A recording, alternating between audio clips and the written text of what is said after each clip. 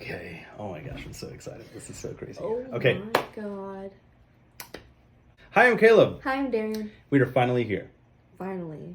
These are our top 50 games of all time. So we are so excited to start this list. We're so ready because we don't know our lists. We have We no do not idea. know each other's. Yes, at exactly, all. exactly. So we're so pumped for this. A few housekeeping things before we do get started.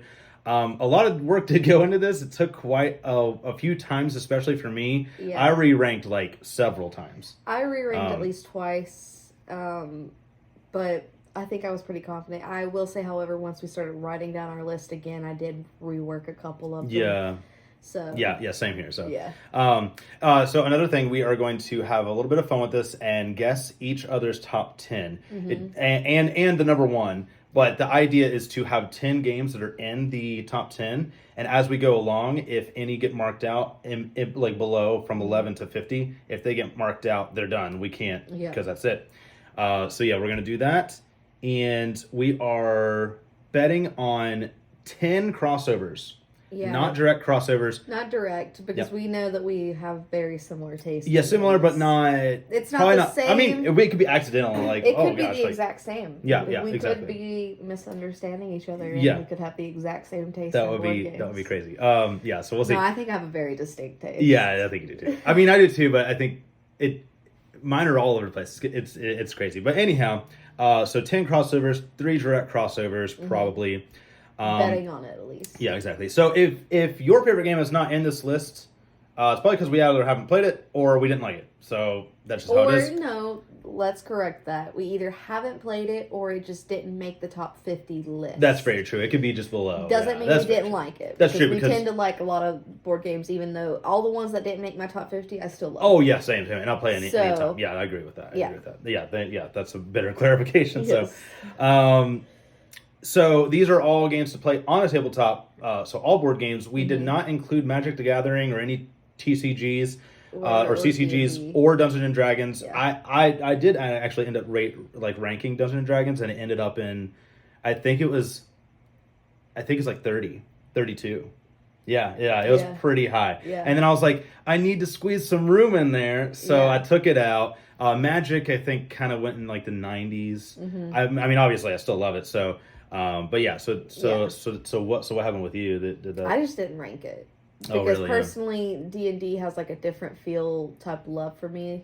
Sure, So- but there's so many games now that like have that D&D feel, and vice versa. I just worry it's that like some of the D&D main could mechanics have. are. Yeah, of course. Yeah. I was just worried that D&D could have like topped. That's true. It can. That's the Exactly. thing. It has the That's what I'm potential saying. to be like the greatest thing ever. Yes. Because it kind of is. Because it's so. Yeah, so I Yeah, just didn't so- rank it, but I know I love it Yeah. a lot. So Yeah, agreed.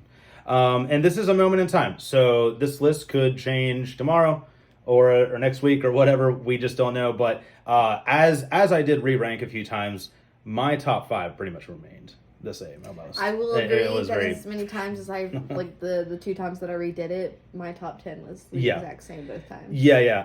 And I also believe that I think 3 specific games. Well, top went, 5 were all the same. Oh, okay, I cool. agree. That- yeah. Because like Yeah, or in that area. But Yeah. mine were bam, bam, bam, like just all the same each No, time. yeah, Yeah, same. it was crazy. But yeah, I think certain games too. It just depends on the day.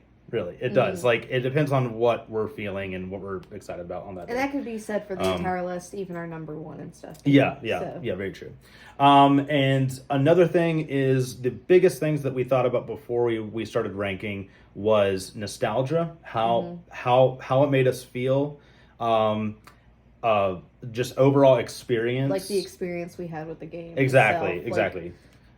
And if that didn't, the first time or even like the 50th time us playing it, like that's what we're. yeah, exactly. Or if that didn't quantify it enough, it's the game design is Oh, yeah. amazing. So even if we didn't enjoy pull it, out a board game that we just love taking out and then putting back up, it really does. oh sure, well that too, time. Yeah, I think a lot of elements kind of went into Yeah, play. a lot but of those are the things. 3 things for me really. So even if I didn't love it the first time, I think the game design might be brilliant, which kind of fixated on where it should fall. So. But anyhow, so we're getting ready to start, and if any of these games are interesting to you, you want to check out your local board game store. Our local board game store is Family Game Night. Yes, located in West Virginia. So Yes. they're amazing people. Awesome. Check And them that's out. that's where we get our games. So, Yep.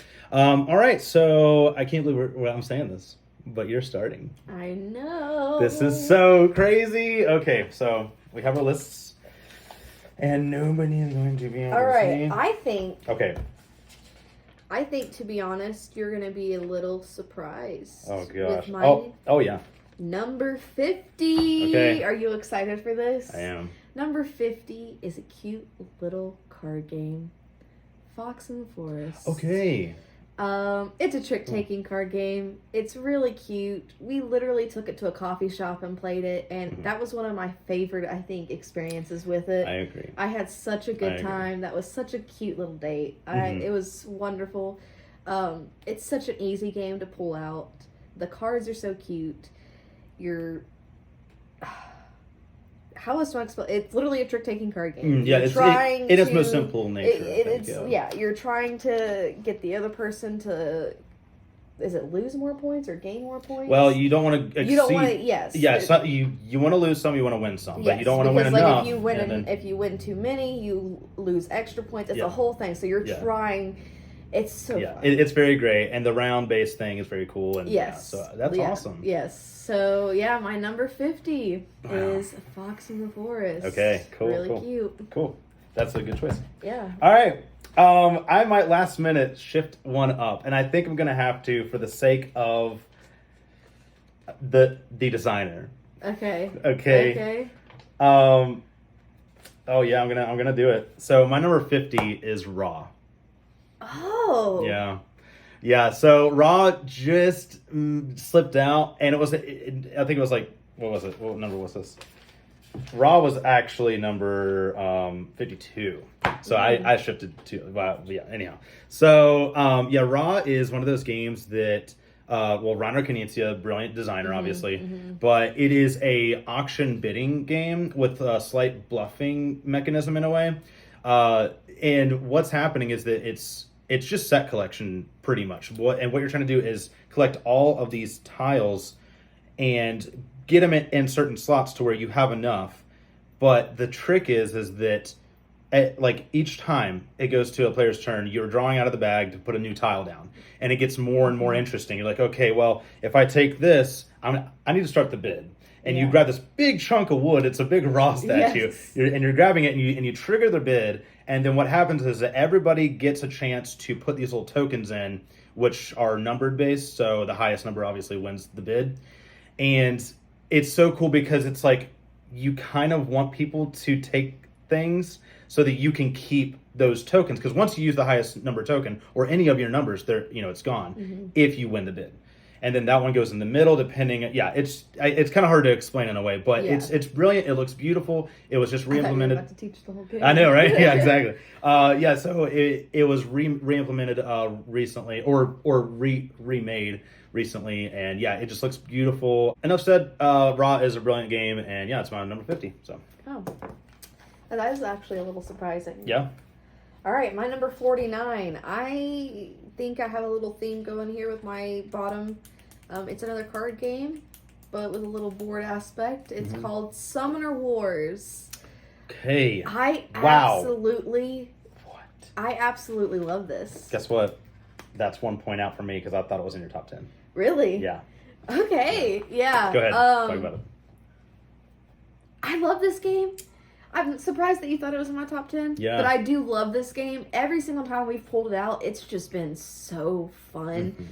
I mean, you all have, is it asymmetric powers? Kind of. I mean, everybody just plays differently, really. Yeah, but so, you know, there's different ones that you can choose from. It's a different player decks. Whatever one you choose is how, and they each have different setups on the board. There's a little board. It's like, what is it? There's like goblins. There's like desert elves. There's angels, like the dead. Yeah. Like, it's a perfect little card game. Yeah. And it's it's not little. It's actually...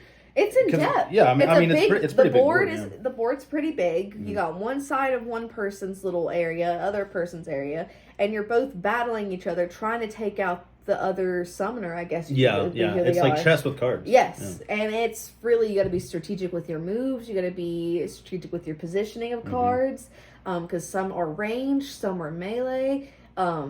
It's a perfect little game, and I really, I just love it, and we don't play it enough, I feel. I agree, and it's funny because that one day you were like, "Oh, I want to play this," and so I was like, "You never just want to like play a specific game," but that one day you did, and I was like, "That's got to be up there." But it's on my top 50 list. Yeah, so it's up there. It's not up there. Yeah, sure. But I do love it. So my number 49 is Summoner Wars. Cool. All right, so my number 49 is one of our favorite designers as well, very renowned. That is Uwe Rosenberg's Agricola. Agricola is a fantastic worker placement game where you are farming in the 16th century or 17th century, whatever. It is such a awesome game because the first time you play it, you don't see enough. You just don't. And then when you play it again and again, you're like, oh, everything's starting to open up. So it's not one of those games that you just play for the fun of it. You play to really, really dig into this because it changes every single time. And what I love is each round there's new worker placement spots. So you can go to the quarry and get stone, or you can go fishing, or you can you have to feed your family and stuff. And what I love too is the little meeples. You got like little, sheep, and you got the pigs, and you got the cows. It's very immersive, and we have a love for little meeples. Yes, exactly.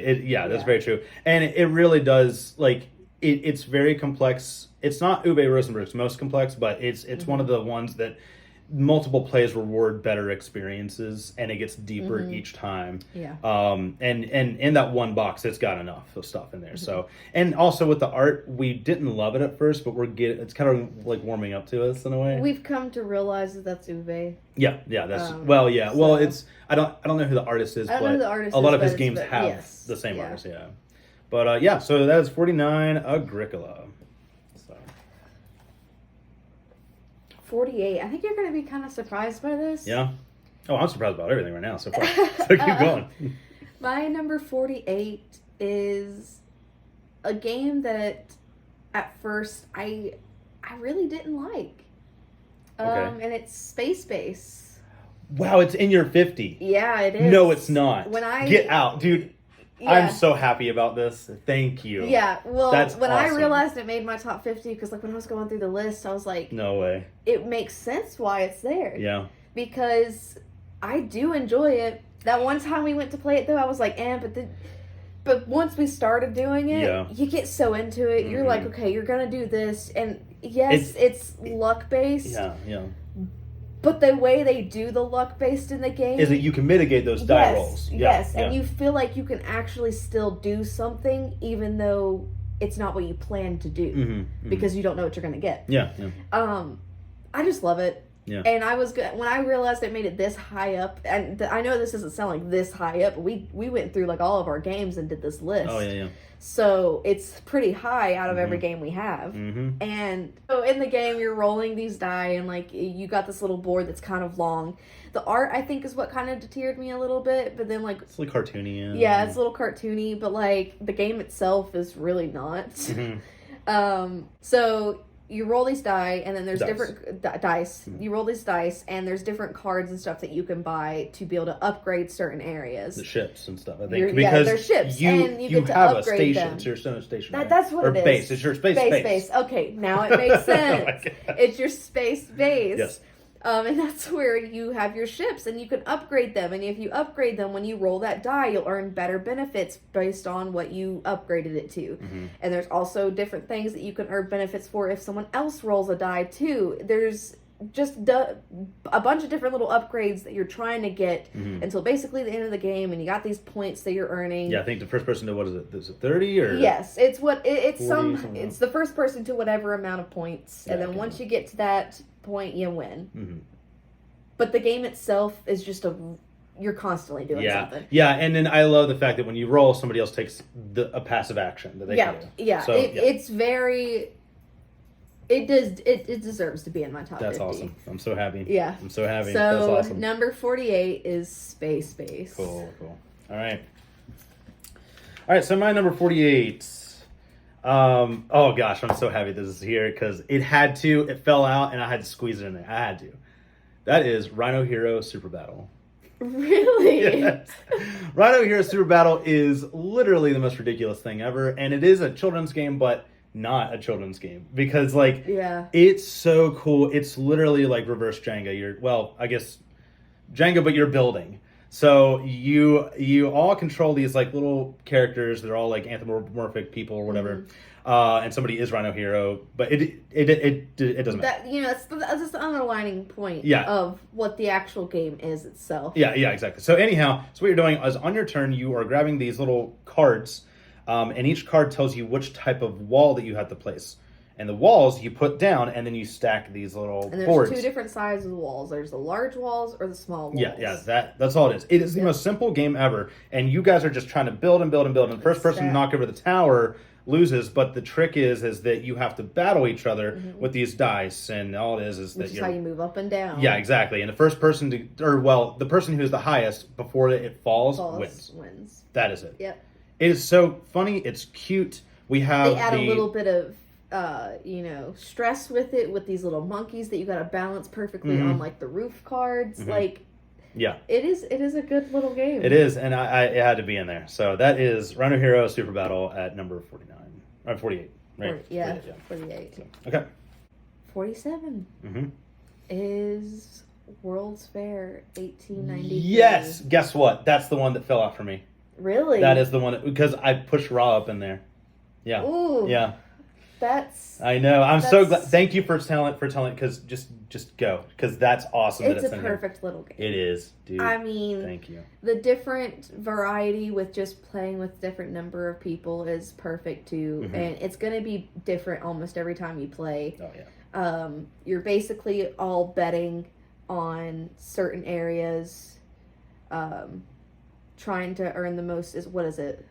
It's like fame or no, sorry. You're trying to visit or see. You're trying to see the most attractions. Yeah. Or inventions actually, that happen at the World's Fair, which is a real historic thing. Yes, yeah. So you're basically trying to see the most inventions of different places, earn these cards and stuff for bonus points and other things, and it's so simple of a game because you're just placing. Yeah. You're adding more. You're moving some. You're adding more to another location, and then by the end it's just of these the little round, cubes, right? But those are your cubes. Visitors or whatever you call them. I forgot what they're called. I can't remember exactly the exact terms, but it's a little game where you're basically placing cubes, and then at the end of the round, because it keeps going each time you're going turns, you earn points based on what you got, where you are, and the one that has the most visitors on it, and it's just... Yeah, it's kind of set collection-y. It's a little bit of... It's mostly area control. Yes, it's a lot of area control. The set collection is there because the cards you get, you do earn certain points based on what you have. I do love this game, and I think I was a little bit surprised to see it on my top 50, just because I feel like we haven't played it enough. Yeah, sure. But it made it because the few times that we have played it. That's why it was right at the bottom for me. Yeah, so that's really, crazy. Yeah. So my number 47 is World's Fair 1893. Awesome. Love it. All right. So my number 47 is Pandemic. The classic Pandemic. Classic. Yeah. I would be remiss to not have this in the list. And reason being is because of this was the first cooperative game I ever played. And it showed a different side of just how to play games, really. And I love the reason why it's probably not higher, and I feel like it could be, is we haven't played all of the all of the different versions of Pandemic. We are working on Pandemic Legacy, and it's just so good. It's so good. It's so good, and I'm really dying to play Iberia and the Reign of Cthulhu, I believe, and there's a few other ones. And Pandemic is just one of those cooperative games that it never really fails. The only problem with it sometimes is that the alpha gamer problem is Like somebody said, okay, you do this, you know, because one person could see it all. But if you don't play like I'm that, kind of guilty of that. yeah, a lot. well, it's fine for us too because Yeah. like if I see something better, especially with Legacy, because it just evolves. But like it does get a lot of teamwork going. yeah, a lot of talking and a lot of strategy with your friend group of Oh, whoever yeah. you're playing with. Oh, Which yeah. is why it's nice to see it yeah, there. yeah. So yeah, that is that's number 47. That is Pandemic. So yeah, awesome. Cool. All right. 46 is a classic. 46 is Carcassonne. Cool. Okay. Yeah. Nice. It's a tile placing game. And it's so easy that they made a kid version of it for kids. Which I feel honestly the kids can even play the normal version if you just teach them a little bit of the aspects of it. You're flipping a tile, you're placing it, you're trying to connect roads, you're trying to build castles, you're trying to do what is it? Monasteries. Monasteries For the monks, yeah. and we It's haven't done the expansions. We have it for like the river and like the farm. Yeah, like in the game we haven't actually. Yeah. yeah. But in the game we haven't actually done the expansions. But like just the normal game itself, it made my top 50. That's awesome. It's such a fun little game, and we use it to like teach new players games. Yeah, but it's good for us every time because that strategy is so. Yeah, it's so good for us because that strategy is still relevant, and it's not that and that it can't even be complicated like at a all. set strategy either because you don't know what you're gonna get. You don't know what tile you're gonna flip. I mean, I've lost basically every game, but I still have a good time with it. Okay. And it's just because there's something fun about not knowing what you're gonna get, placing a tile, and then you just get to see having your to little think map. about what you're doing. Yeah. And every single time, your little space is gonna be different. You get to see what you guys built, and it's really fun. I love it. So that's my number 46 is Carcassonne. Cool. I'm so glad that's in your top 50. I'm so glad. All right. So my number 46 is a game that we can play with our kids now because it's that simple and it's so chaotic. It's just chaos on a board. Mad Max in a box game, or in a board game. That is Thunder Road Vendetta. So this was remade recently, and my gosh, thank you. I mean, it's so fun every time, and you cannot go into it thinking that you're going to win. You just can't. What you're doing is you all have these 3 vehicles. They're small, medium, and large, and you're just going on this road that has mines and explosives and canyons and just death everywhere. And what I love is that you're all just rolling these dice and seeing what's going to happen. Because if you make a wreck, you're pretty much bumping onto a car that could in turn make your car a cliffside. That or jump onto another car which will explode something, and then it's like.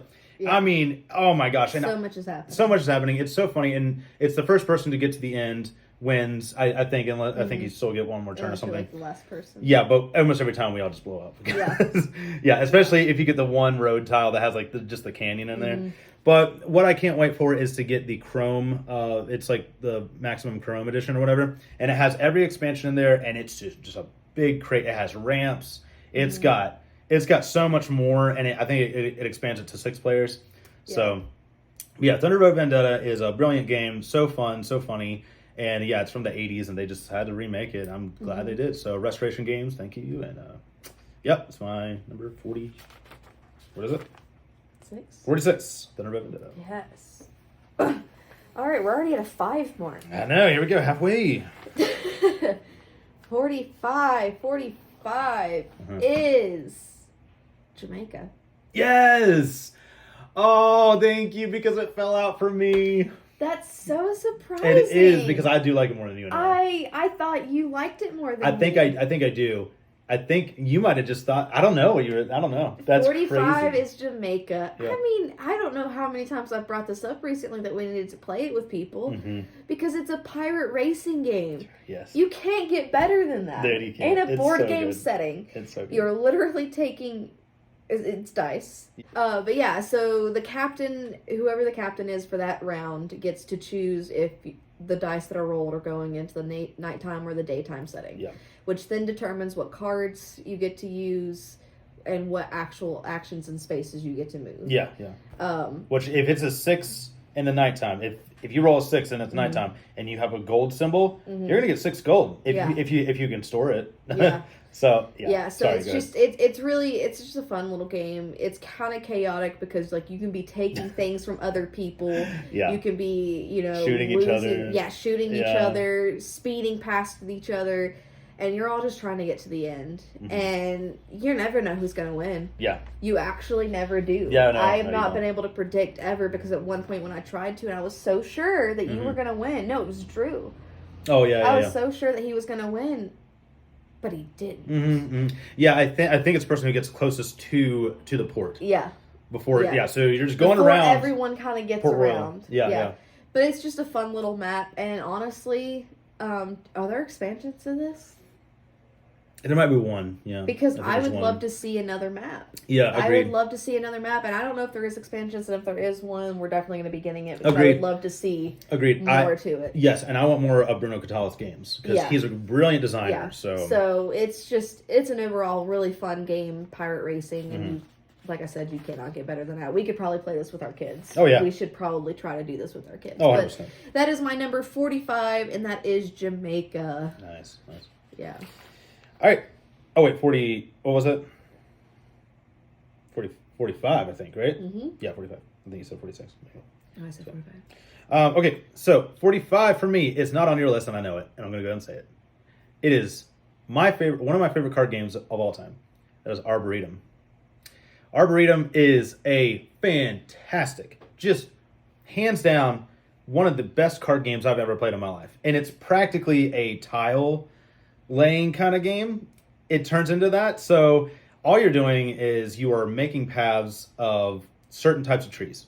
And depending on how many players you have, you get to pick the trees. It's kind of fun. It's like I just like that little part of it.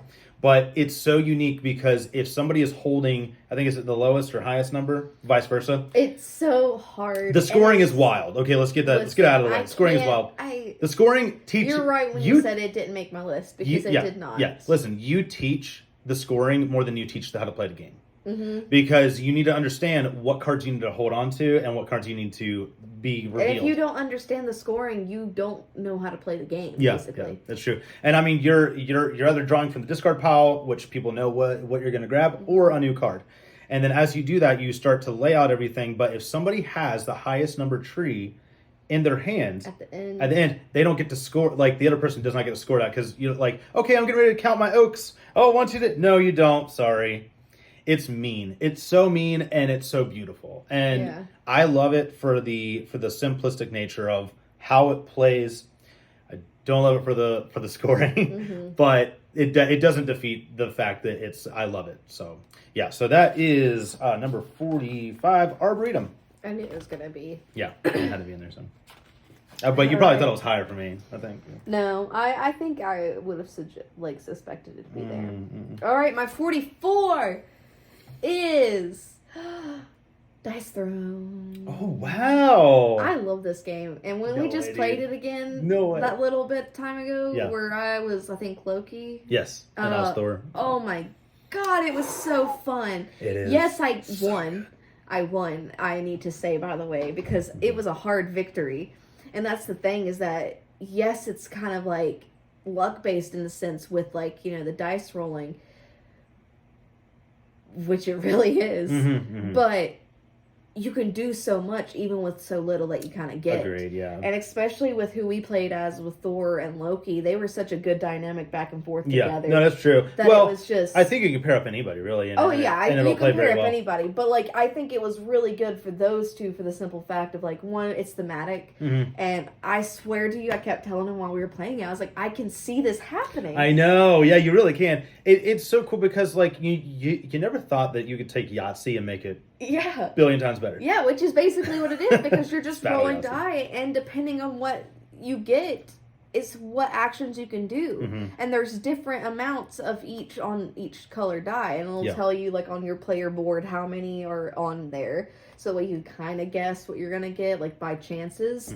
But even then, you still don't know, and it's just It's such a cool little game. It sure is. And it was so fun to do it. The different powers that every like body has. Yeah. It's so dynamic. Yeah. And I just love the game so much, and I'm really glad to see it in my top 50 list, and that is number 44, Dice Throne. Nice, cool. That's good. Yeah.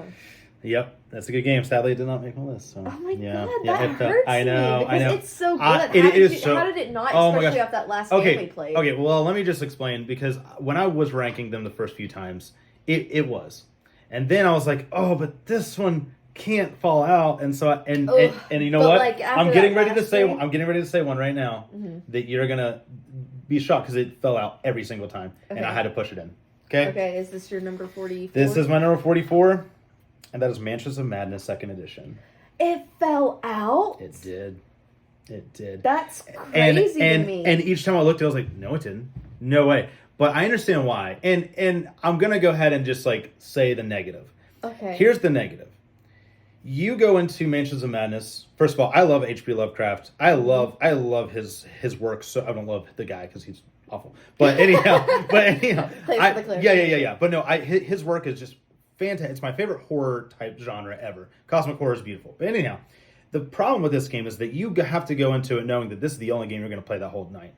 If you play anything else, you're not going to have a good time. Yeah. And on two accounts, I didn't really, because I was like, wow, this is going for a while, but you got to get into it knowing that. However, here's all the pros. That's the only con. The best pros is that, first of all, it's app-driven, which I didn't think I was going to like, but I kind of do. Reason being is because it keeps track of all the monsters' health and all that stuff. It's less work for the player itself because it is a big game. It really is. And then also, I love the fact that like, you go into it where you're all working together, you're solving mysteries or fighting monsters, whatever. It can be whatever you want it to be, and it's so unique seeing all of the tiles turn over. Like, you're like, oh, you open up a door. What's behind the door? You have to grab that tile to put it there.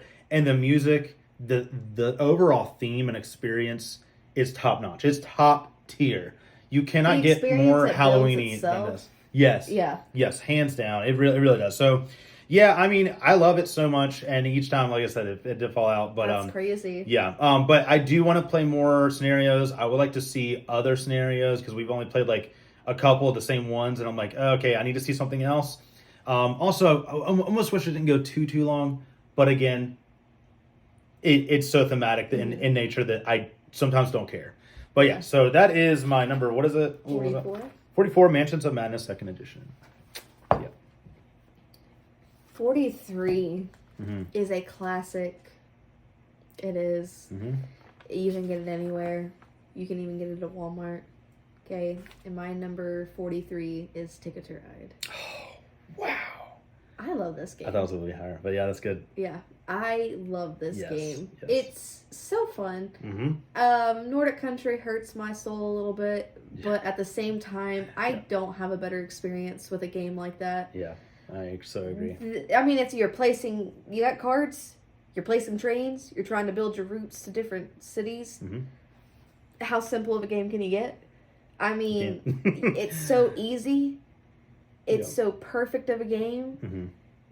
Even the length of it, some people might think is long, but like... It can be, well, if you play, like, I guess, Rails and Sails. Yes. But no, you know what? But even the length of it, let me say, is...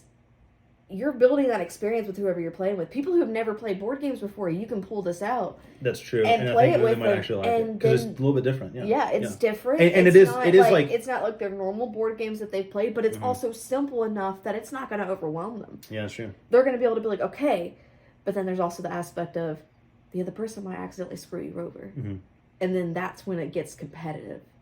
And then it's going to be either you're going to love this game or you're going to have a rage fit during the game. True, but like even if somebody cuts you off, you can always find a way around it. Unless you're playing Nordic countries, then Nordic countries. There's something about Nordic countries that like we need to play other maps because I feel like it like each map adds like a little bit of something different. Yeah, and when I talk about Ticket to Ride, I mean every single one of them. Yeah. Because every single version we've played, I've loved. Even the small ones. Yeah, like even the small like London ones. They're just perfect little games. I mean, there's the kid versions too, and even that's fun. Like it's crazy how good the game is at no matter what version it is. Yeah. Yeah. So my number 43 definitely deserves to be in my top 50 list, and that is Ticket to Ride. Cool. Good. Yeah. So glad. All right, so my number 43 is what I like to call the Monopoly Killer. That is For Sale.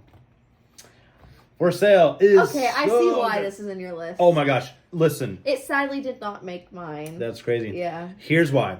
You bring that game out. It was in it. It was in my top 100, obviously. yeah, sure, But, sure, like, sure. it just didn't make my top. Sure, no, I figured it would be. Yeah. But, so you bring this game out, and you know you're getting done in 20 minutes. Mm-hmm. And then, well, no, or way less. And then, people always want to play it again. Yeah. Like, Because it's so quick. can we run that back? Because, like, when you know When you know what you need to do. Yeah, exactly. It just keeps going. So all you're doing is on your turn, you are bidding for these properties, and you either pass or bid. You either exceed the bid or you pass Spend your just to money. get. Yeah, exactly. And then after you get all these properties, like it's like a manhole or a yacht or like a space station, like for the highest card.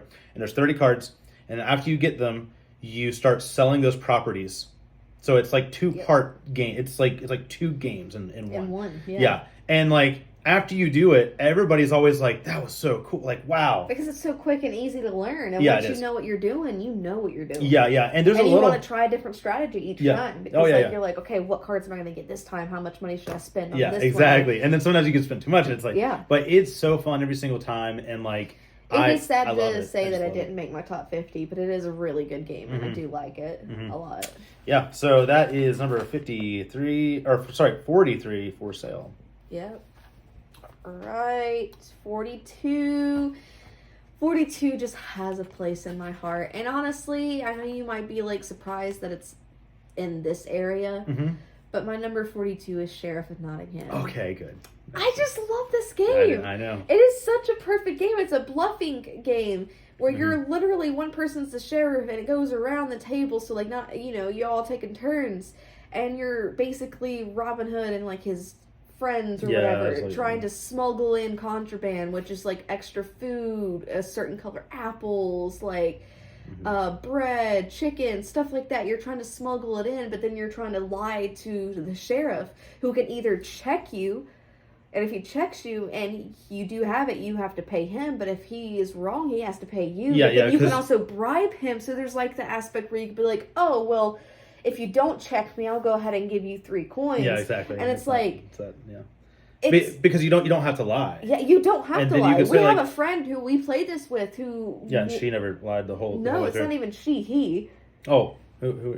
Tommy. Oh, yeah. Okay. Tommy, he went the entire game without lying, but we didn't know if he Yeah. went. We couldn't trust him because, like, that's what the game, it brings out the non-trust in Yeah. people. But I will Gotta bring your say poker that face. I'm great at lying. He can never tell. It's great. And I don't know if you should admit that. I'm going to admit that because when it You comes really to, are good with when it deduction. comes, when it and- comes to board games, I can poker face all the way. Mm-hmm. Okay, and you never know. And Sheriff of Nottingham definitely deserves to be in my top 50 list. And it's weird that it's this low on my top 50. No, it But makes I sense. also, It- I was going to that's say, it comfortable. also makes sense. It's a comfortable spot for Yeah. it. It's not right at the end, but it's not too high up. Mm-hmm. So that is my number 42, Sheriff of Nottingham. All right. So I'm really excited for my next two, the last two. And so my number 42 is a absolute classic game, language independent, beautiful art, awesome stuff. You can get so many expansions for this. They just came out with a Disney edition too, and that is Dixit. Oh, yeah. Dixit is so good every time. I mean, This didn't make my list either. I know. And I figured think it it was because, like, the original one that we played the most of. Yes, I enjoyed this last time we played it with the new version.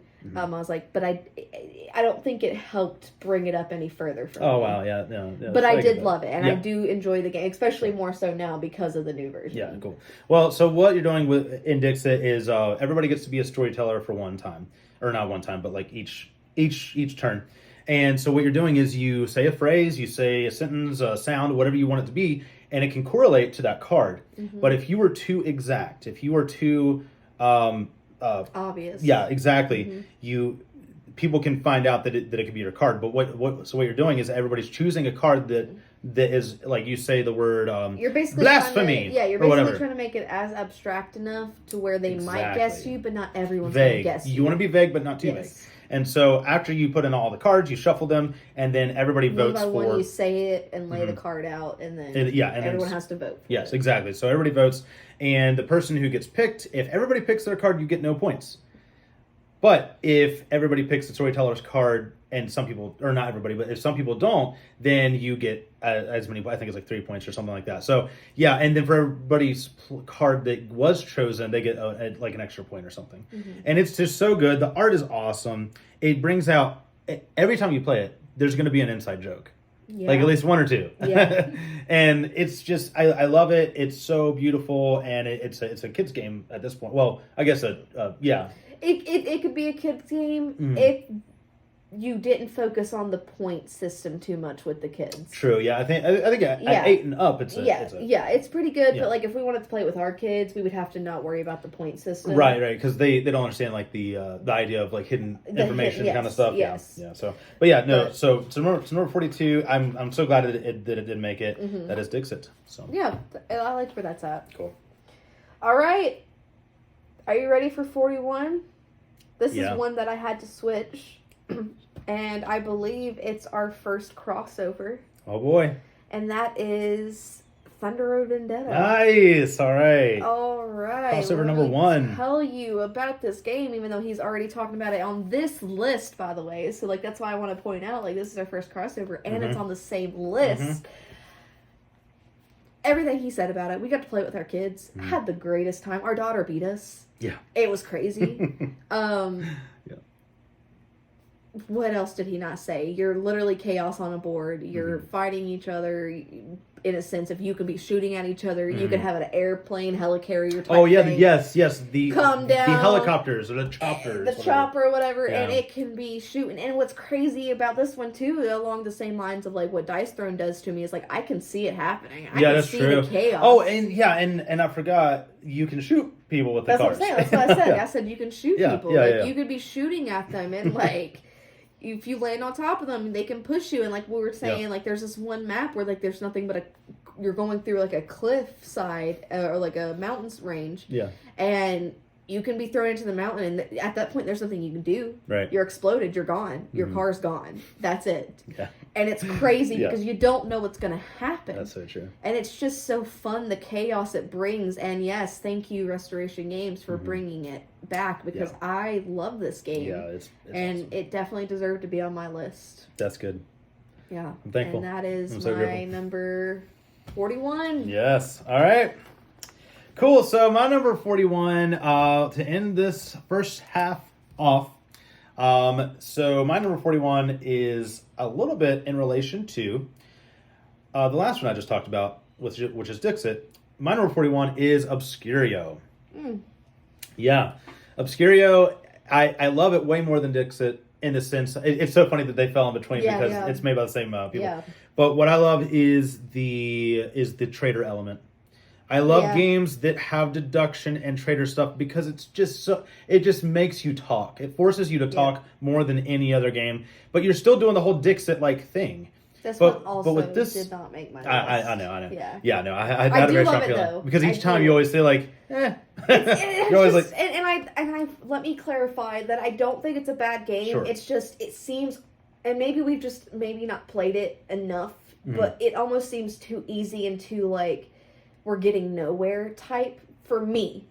Sure, but I think it works better with more players. Yes, and you can do it and you can do it without a trader or whatever. Yes, but I love it so much because it's just a more gamery idea, and it has a lot of Dixit. Yeah, well, that's more Mysterium-esque. Yeah. But like this is Mysterium with a trader, and so all you're doing is like everybody is playing as these like I think students in this library.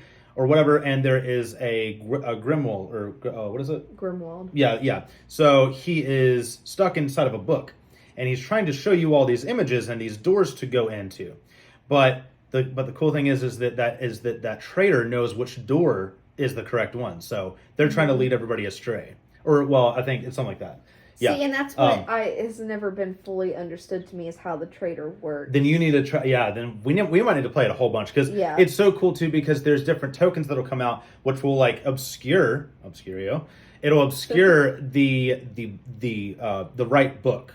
or the right things on the book. So like if I pinpoint, there's like a little, it's so hard to explain because it's very abstract, but if I point towards like a flame and then the actual door has a flame, but now there's like a little clear piece that goes on top that you can't see that flame anymore, then people don't know what to talk about, and then the trader can use that against everybody else. It's brilliant. It's so cool, and it takes like 6 rounds. It's pretty quick, and you want to kind of do it again and again. Yeah. But yeah, it's beautiful. Love the art always, and that is my 41 Obscurio. So cool. We did it. First chunk done. So and we already had our first crossover Yes. in our chunk, which was Yes. I got very excited when I heard that Yeah. you said it, and I was like being Yeah. quiet for a second. Yeah. But yeah, cool. Thank you guys, Yes. and leave us in the comments down below what you think our next top will be. Yes. We'll go. Yes. So we will not reply. Right. Exactly. You might like it. Yeah. But that doesn't mean anything. Right, true. So the next video will go out in the following week, so it'll be week by week, and so we'll be wearing the same clothes with me and I don't know what's gonna happen, so we're gonna record these back to back, and we might just change our clothes and be weird about it, and whatever, doesn't matter. Why would you say that? You're I don't know. taking that out, right? No, it doesn't matter. I don't know if we're gonna change our clothes. We might. Yeah. Well, I was gonna just yeah.